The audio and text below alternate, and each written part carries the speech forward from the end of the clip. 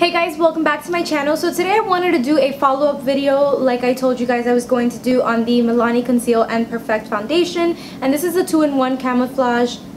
No, not camouflage. I'm thinking of my L'Oreal concealer. But this is the 2-in-1 foundation and concealer. And I did do a review on this, but like I told you guys, I didn't feel like I could give you guys a 100% review on a foundation when it's kind of just my first thoughts. I feel like I need to use foundations, especially. I have to use them more and more and more for me to know exactly how I feel about them. And I have been using this for about almost, since that video I've used it every single day, so I want to say almost 2 weeks since I posted that video, or a week.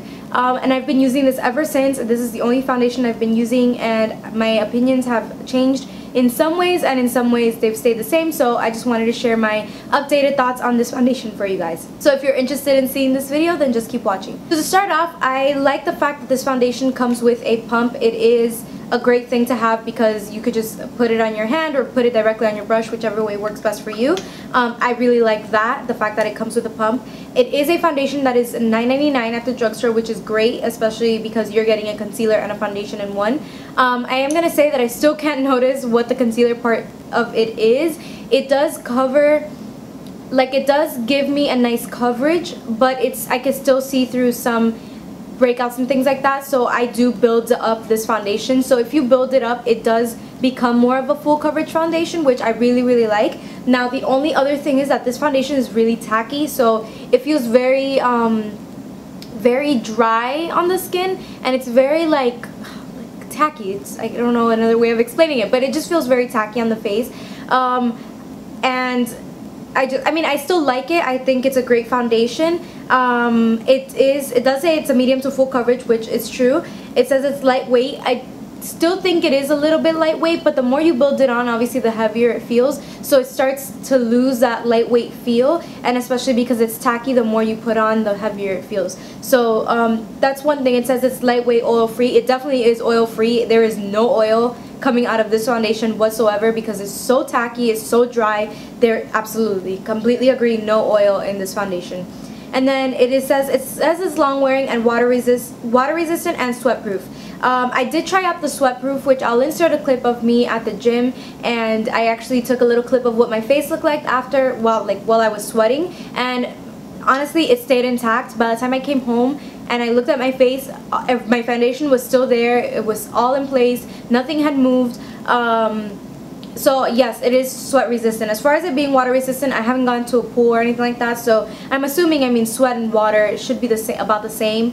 So I would still say that it's great because it is a sweat proof foundation. So you can wear this, like, let's say you're going to work or you go to school and you want to have some type of coverage on your face, and then you go to the gym afterwards. It works out great because you don't have to worry about having to wipe it off before you start working out. So I really like that, and it is long wearing. I've worn this foundation to go to work and it lasts me the whole entire day, and I've even gone to the gym after and it's still there. So I really like the fact that it is very long wearing.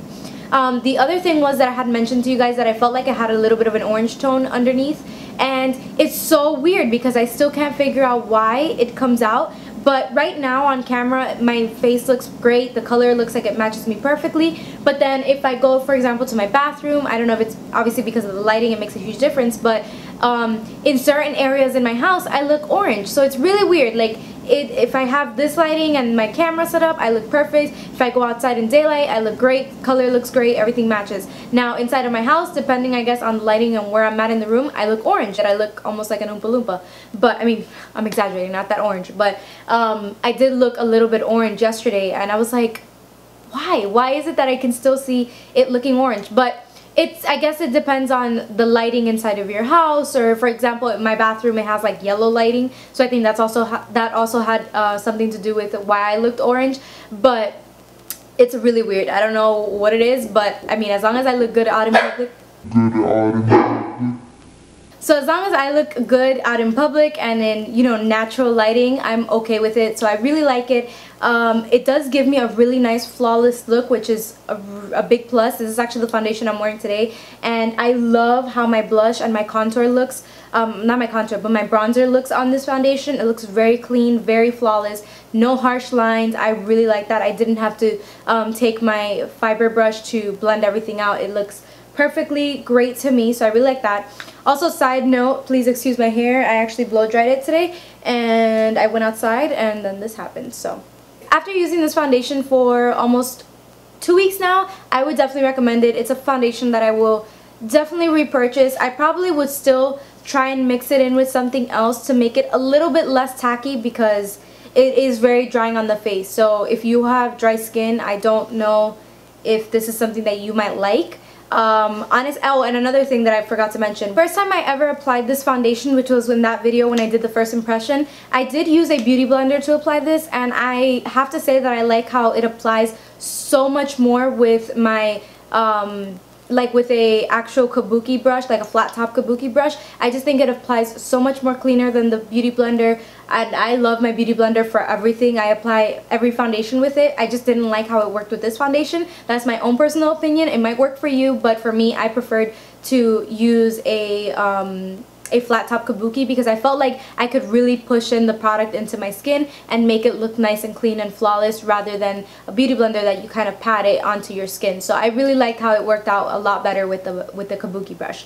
So yeah, I honestly would repurchase this foundation after using it for so long. I feel like it is a great foundation. I really love how flawless my skin looks. Like, I don't know if you guys can tell, but I feel like I have such a smooth, clean face. I don't look cakey at all. My concealer, my bronzer, everything just looks so nice with this foundation. It kind of like almost blends in together, like a perfect match. I don't know, I really like it. So I would definitely repurchase this foundation. I might try getting a different color and maybe mixing the two, but we'll see. I don't know. I really like it though, so I would definitely recommend it if it's something that you are interested in trying out. But yeah, I really like it. So I hope you guys enjoyed this follow-up video on the Milani Conceal and Perfect Foundation. Thank you guys so much for watching, and I will see you guys in my next video.